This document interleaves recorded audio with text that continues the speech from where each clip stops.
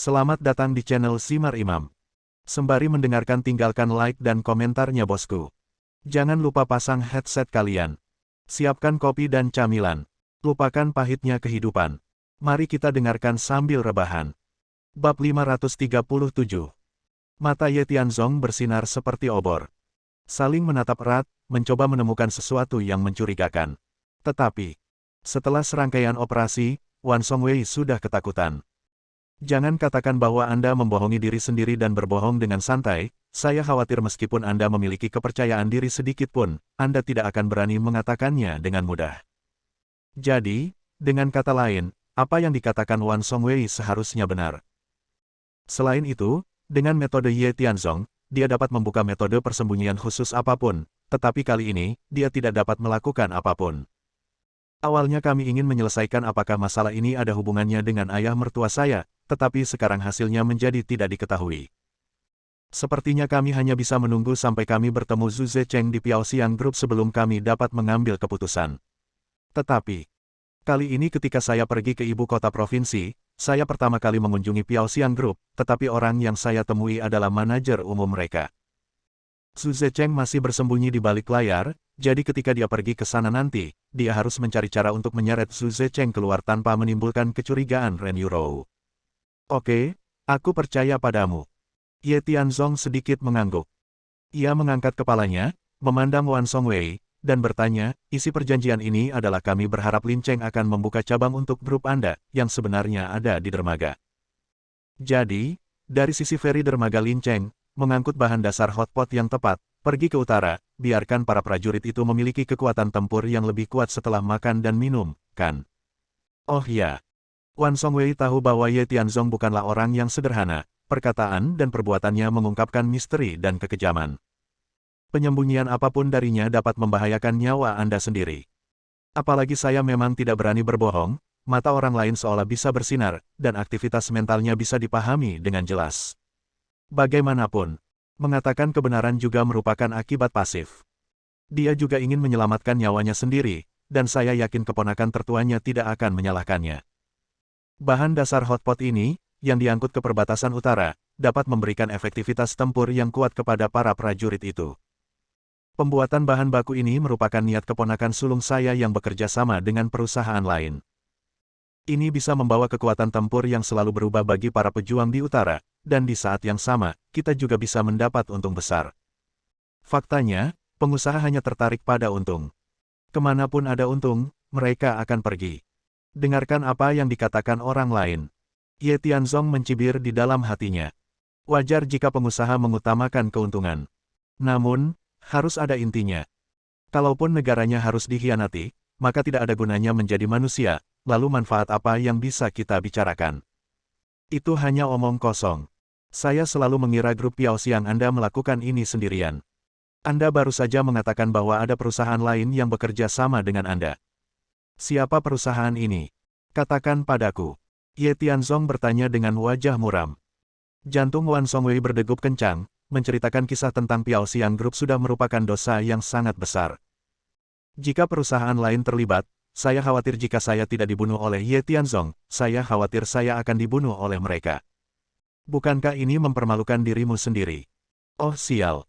Ini semua salahku karena aku tidak mengendalikan tubuh bagian bawahku. Jika dia tidak menggoda Ren Yurou saat itu, dia tidak akan memprovokasi Buddha raksasa ini. Hal ini menimbulkan dilema sekarang, yang sangat tidak nyaman. Jawab aku. Jangan berilusi apapun. Apakah kamu ingin membalas dendam pada Zhu Zecheng nanti atau kamu merasa tidak seharusnya memprovokasiku? Semua ini tidak akan membantu. Masalahnya sudah sampai pada titik ini. Anda benar-benar tidak punya jalan keluar selain bekerja sama dengan saya. Kesabaran saya terbatas, dan Anda harus mengetahuinya. Ye Tianzong sudah melihat apa yang dipikirkan pihak lain, jadi dia mengingatkannya dengan suara rendah. Akibatnya, Wan Songwei gemetar ketakutan dan tidak punya pilihan selain mengangguk dan melepaskannya sambil berkata, perusahaan ini sebenarnya memiliki nama yang sama dengan grup Piaoxiang kami, yang disebut grup Sengtian. Tunggu sebentar. Ye Tianzong segera menyela, menarik napas dalam-dalam, dan menoleh untuk melihat keluar gerbong. Dia mungkin bisa melihat Ren Yurou, yang sedang menunduk sambil berpikir di gerbong makan. Jelas dia masih memikirkan langkah selanjutnya. Setelah sampai di ibu kota provinsi, saya telah mendengar tentang grup Sentian.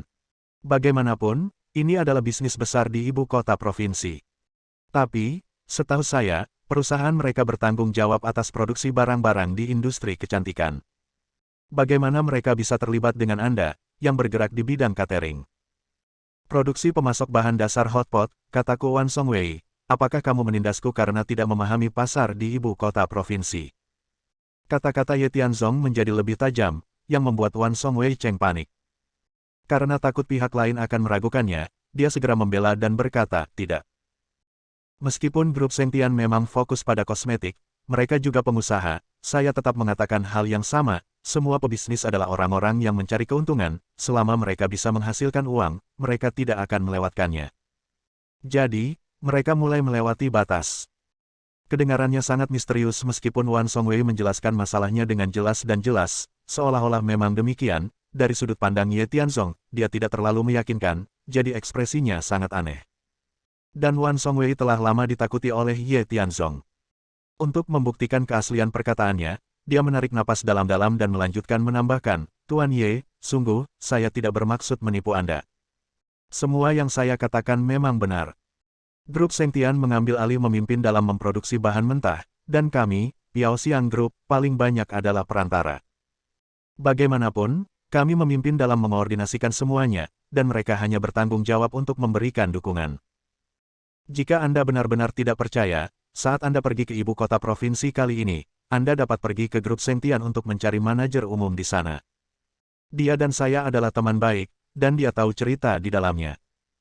Dia, selama Anda bisa memberinya manfaat yang cukup, dia bisa memberitahu Anda semua rahasia informasi ini. Oleh karena itu, saya bersedia diberangkatkan oleh Anda. Jika saatnya tiba, ayo buat janji. Petik 2. Dia melupakan kebaikannya sendiri. Tapi aku berteman baik denganmu. Sepertinya kalian berdua benar-benar seperti sarang ular dan tikus. Tidak ada cara untuk benar-benar yakin tentang hal semacam ini, dan satu-satunya cara untuk memastikannya adalah dengan memeriksanya secara langsung. Kebetulan karena dia mengusulkannya atas inisiatifnya sendiri, tidak perlu dipaksakan, dia hanya menarik napas dalam-dalam, mengangguk acuh tak acuh, dan berkata, oke, karena kamu sudah mengatakannya sejauh ini, aku akan percaya kamu untuk saat ini. Namun, saya punya permintaan. Saya memang akan mengunjungi grup Piaoxiang Anda. Anda harus mengikuti saya sepanjang waktu. Baru setelah saya bertemu dengan manajer umum grup Sentian barulah saya mengonfirmasi hal itu apa yang kamu katakan itu benar. Kalau begitu aku akan melepaskanmu. Tapi sebelum itu, aku harus memberimu obat. Jika kamu berani main-main atau ingin mengatakan yang sebenarnya, maafkan aku, kamu akan diracuni dan mati. Ah! Wan Songwei langsung tercengang. Sebelum dia sempat bereaksi, Ye Tianzong tiba-tiba datang di belakangnya dan mengambil seekor kecoa kecil dari udara. Kemudian dia mengambil pil yang telah dia siapkan dan memasukkannya ke dalam. Dalam beberapa detik, kecoa kecil itu muncul. Dia berbusa dan mulut dan segera jatuh ke tanah mati. Ini, Wan Songwei tercengang. Dia tahu bahwa Ye Tianzong mampu dan memiliki latar belakang yang mendalam. Tapi aku tidak pernah menyangka dia akan begitu kejam. Untuk mengikat dirinya, dia benar-benar menggunakan trik seperti itu. Tentunya hal ini untuk menghalangi diri sendiri. Terlebih lagi, setelah berurusan dengannya sebelum dan sesudahnya, dia mungkin tidak sedang bercanda. Jelas dia ingin menghukum dirinya sendiri sampai mati. Oke, kamu luar biasa. Tuan Ye, jika Anda bertanya kepada saya akan mengatakan yang sebenarnya. Jika kamu benar-benar tidak percaya, aku bersedia pergi bersamamu. Aku hanya merasa jika kamu memintaku untuk mengikutimu ke Piaoxiang Group, aku khawatir jika keponakan tertuaku melihatnya, aku tidak akan tahu bagaimana menghadapinya. Saat Wan Songwei selesai berbicara, Ye Tianzong menggelengkan kepalanya dan berkata sambil tersenyum, kamu tidak perlu khawatir tentang ini, saya akan mengurusnya. Singkatnya, kamu hanya perlu mengikuti saya. Selain itu, setelahnya menemui istriku nanti, untuk meminta maaf padanya, ingatlah untuk berlutut dan bersujud, dan sikapmu harus tulus, apakah kamu mengerti maksudku? Bab 538. Meski enggan melakukannya, tapi sekarang situasinya rumit, dan lingkungan tempat dia berada sangat sensitif. Jika Anda menghadapi lawan secara membabi buta, Anda hanya akan kehilangan lebih banyak daripada keuntungan. Jadi, menghadapi permintaan Ye Tianzong, Dia tidak punya ruang untuk bermanuver selain menyetujui. Baik, Tuan Ye. Sebentar lagi, aku akan meminta maaf kepada istrimu, dan bersujud untuk mengakui kesalahanku. Meski ini hal yang sangat memalukan, sebagai perbandingan, bisa menyelamatkan nyawaku sudah menjadi impianku. Lagi pula, aku akan mengikutimu ke ibu kota provinsi. Mulai sekarang, aku tidak akan pernah meninggalkanmu. Adapun pengawalku ini, mereka harus mengurusnya. Ye Tianzong menarik napas dalam-dalam, menatap orang-orang ini, dan kemudian memerintahkan, orang-orang ini adalah pengawal Anda. Dan, jika perkiraan saya benar, mereka harus diatur oleh keponakan tertua Anda, Zhu Zecheng. Anda muncul bersama saya di grup Piao Xiang, jika orang-orang ini tidak diselesaikan dengan baik, mereka mungkin menimbulkan kecurigaan. Sebelum putus dengan Zhu Zecheng, saya memiliki beberapa hal lain yang perlu saya ketahui. Terus terang, Anda adalah sosok yang terpinggirkan dan informasi spesifiknya tidak sangat jelas, kan? Ya. Kata-kata Ye Tianzong sangat lugas. Namun kata-katanya kasar dan alasannya tidak kasar. Memang benar demikian adanya. Meskipun ekspresinya canggung, dia juga tidak berkomitmen, dan mengangguk dan berkata, Tuan Ye, Anda benar, saya memang orang yang terpinggirkan. Pengawal ini diatur untuk saya oleh keponakan tertua saya. Mereka biasanya melindungi keselamatan saya. Tapi saya tahu betul di dalam hati bahwa saya hanya ingin mengawal perjanjian ini, menandatanganinya dengan sukses, dan kemudian mengambilnya kembali sampai masalahnya selesai. Sebenarnya, tidak banyak yang harus saya lakukan. Anda datang kepada saya. Tidak peduli seberapa terpinggirkannya Anda, itu masih memainkan peran tertentu di pihak saya sekarang. Anda hanya perlu memberitahu saya bagaimana rencana Anda untuk berurusan dengan orang-orang ini, dan efek yang ingin saya capai, Anda harus sangat jelas. Ye Tianzong bersiap. Wan Songwei tidak berani berbicara. Dia hanya mengangguk dan berkata, saya akan memanggil keponakan tertua saya terlebih dahulu untuk orang-orang ini. Pekerjaan pengawalan sudah selesai dan tidak nyaman bagi mereka untuk datang ke grup. Lagi pula, dengan mereka berstatus nekat, kalau sampai ke publik, kalau muncul pasti menimbulkan kecurigaan. Saya yakin keponakan tertua saya tidak akan curiga apa-apa. Dan mereka juga tahu tentang Anda, jadi mereka hanya bisa ditahan di tempat tertentu. Jika percaya saya, tentu saja aku percaya padamu. Ye Tianzong melambaikan tangannya untuk menyela, dan berkata sambil tersenyum, saya tidak peduli trik apa yang Anda mainkan secara pribadi, tetapi itu tidak ada artinya. Bagaimanapun, Anda ada di tangan saya, selama saya mengetahui bahwa Anda telah melakukan kesalahan, atau jika itu menimbulkan kecurigaanku, aku bisa membunuhmu dalam beberapa menit. Kamu minum obat ini dulu. Setelah makan, selesaikan orang-orang ini, lalu bicara dengan istriku. Ikuti saja aku ke ibu kota provinsi dan ikuti instruksi jika kamu melakukan apa yang aku perintahkan, kamu tidak hanya akan bisa menyelamatkan hidupmu, tapi mungkin aku akan berbelas kasihan dan memberimu cara untuk bertahan hidup, yang setidaknya akan lebih baik dari kehidupanmu saat ini. Terima kasih Tuan Ye, terima kasih Tuan Ye. Sekarang semuanya sudah terucap, kalau kita terus berdebat sama saja dengan meminta kematian. Meskipun apa yang dikatakan Ye Tianzong tentang memberi dirinya kesempatan dan meninggalkan cara untuk bertahan hidup terdengar luar biasa, dia tahu betul bahwa menemani seorang raja seperti menemani harimau, lebih baik menghindari orang seperti itu sebisa mungkin. Kemudian, di bawah pengaturan Ye Tianzong, dia minum obat. Saat saya menelannya, saya tidak merasakan banyak. Tapi dia tahu betul bahwa jika dia melakukan kesalahan pada Ye Tianzong, dia pasti akan menemukan cara untuk memaksanya keluar. Sekarang hidupku ada di tangan pihak lain, jika kamu berani melakukan sesuatu yang mencurigakan, kamu mungkin akan dikutuk. Segera. Setelah meminum obat, Wan Songwei kini menuruti kata-kata Ye Tianzong. Dia mengantar semua orang ini ke gerbong lain, lalu meminta maaf kepada Ren Yurou. Dia berlutut dan bersujud untuk meminta maaf, sikapnya cukup tulus. Ren Yurou bingung dengan cara Ye Tianzong melakukannya. Setelah semuanya beres, Wan Songwei pergi ke gerbong lain dan menunggu dengan sabar untuk turun. Tapi setelah Ye Tianzong duduk, Ren Yurou tidak bisa tenang untuk waktu yang lama. Meskipun dia sangat membenci Wan Songwei, dan dia baru saja bersujud untuk meminta maaf pada dirinya sendiri, dia juga menikmatinya. Tapi mengapa ini terjadi? Kecuali yang disebut pengawal yang baru saja dijatuhkan olehnya, mereka berdua tidak berbicara terlalu lama di dalam gerbong.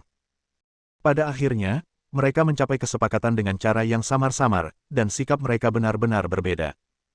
Hal ini membuatnya merasa sedikit tidak nyaman. Sampai semuanya beres, Wan Songwei pergi, semua pengawal lainnya menghilang, dan para penumpang duduk satu demi satu, seolah-olah apa yang baru saja terjadi tidak pernah ada sama sekali.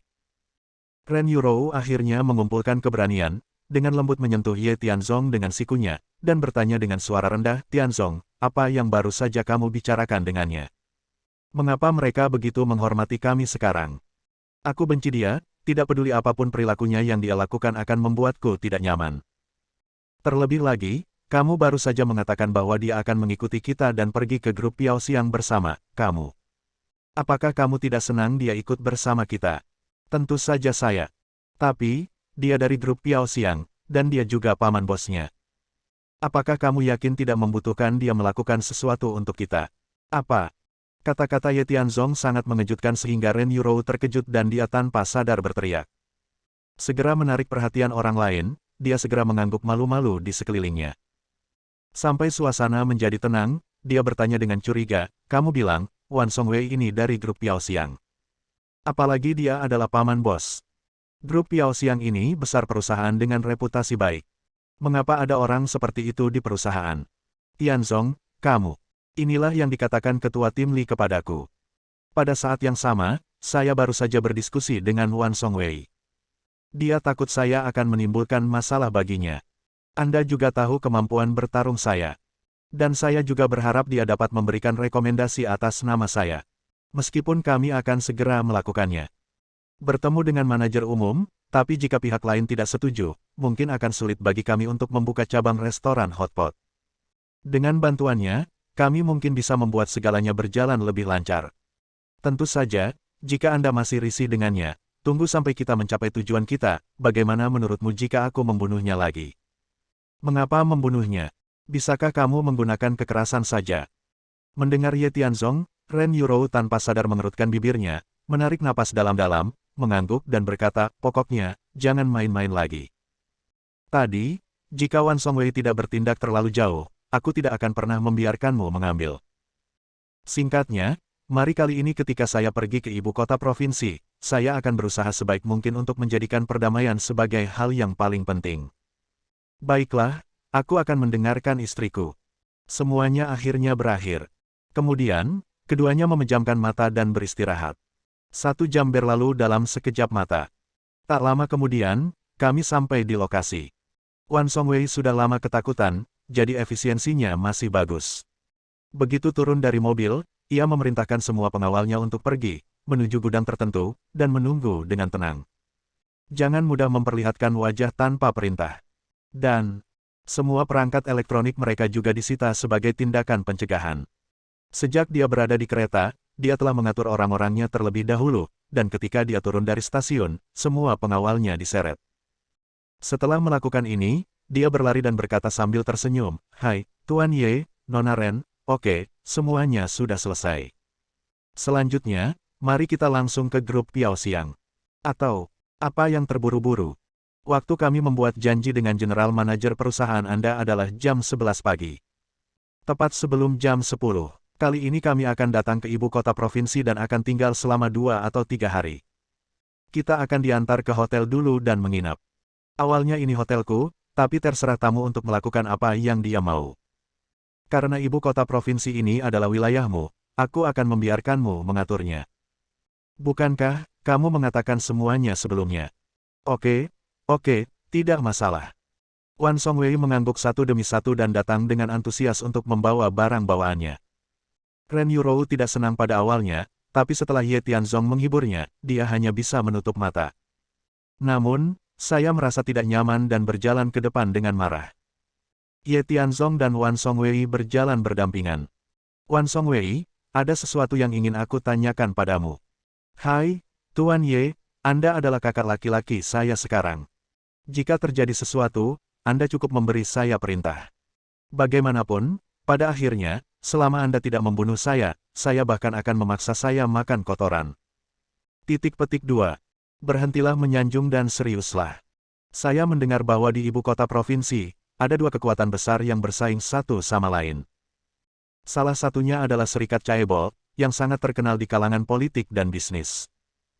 Yang lainnya tampaknya adalah sebuah organisasi bernama Sekte Kehidupan dan Kematian, yang dimiliki oleh ketiga agama dan 9 aliran. Mereka memiliki yurisdiksi, tolong beritahu saya di mana saya harus pergi untuk menemukannya. Bersambung. Nantikan bab selanjutnya bosku.